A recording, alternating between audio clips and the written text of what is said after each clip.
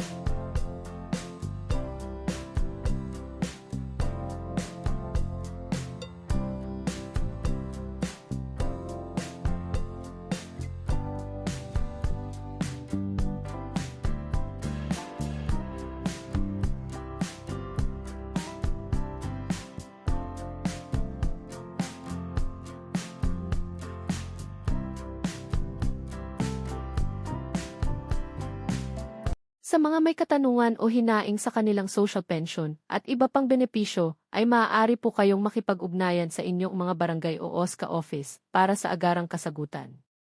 Paalaala lamang po na ang lahat ng ating payout ay para lang muna sa mga indigent seniors beneficiaries na kabilang sa master list ng DSWD. Hindi pa po ito ang universal pension na nasa Senado pa rin po hanggang ngayon.